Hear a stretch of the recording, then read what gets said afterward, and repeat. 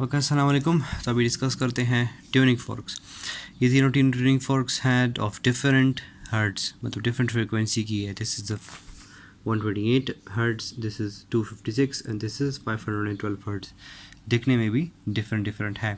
Okay, सो अब basically use किधर होती हैं? हम जो है ना मेनली जो है ना ये वाली यूज़ करते हैं 512 की फॉर द हेयरिंग टेस्ट्स, ठीक है। लेकिन ऑडियोमेट्री के थ्रू जो है ना हम मतलब डिफरेंट मतलब के मेजर तो कर सकते हैं, लेकिन फिर भी जो है ना एग्जामिनेशंस में ये चाहिए होती हैं इफ़ अगर आप जो है ना डिटेल्ड एग्जामिनेशन पेशेंट की करना चाहे तब, वरना ये भी जो है ना ये काफ़ी होता है।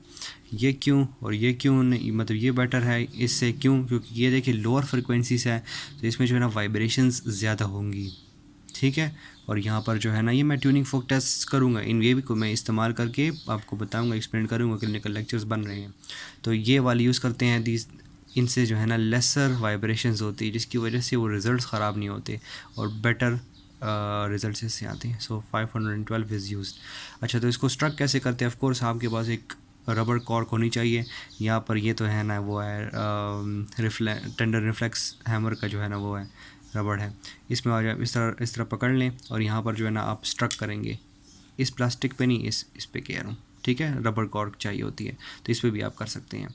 Okay, so basically what you do is, ये ले ली हमने जो है ना रबर कॉर्क ले लिया, या जो है ना अपने ये हैंड का ये वाला पार्ट, ठीक है। ये यहाँ पे बोन होती है, स्टाइलस बोन, वहाँ पे जो है स्ट्रक करना है। लेकिन पकड़ना कैसे? Of course not from here, ये नहीं इस तरह करके इस तरह कर रहे, कर तो रहे लेकिन वो प्रॉपरली वाइब्रेट नहीं हो रही। देखिए वो पंग पंग आवाज़ आपको आ रही होगी लेकिन प्रॉपरली वाइब्रेट सही नहीं होती। इसको पकड़ने का तरीका क्या है? यहाँ सर जो है ना इस यहाँ से पकड़ लिया, इस पर इस तरह एक स्ट्राइक देनी है।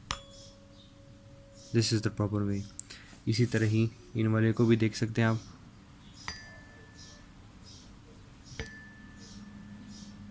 इस तरह करते हैं, ठीक है। So this is all about the tuning forks.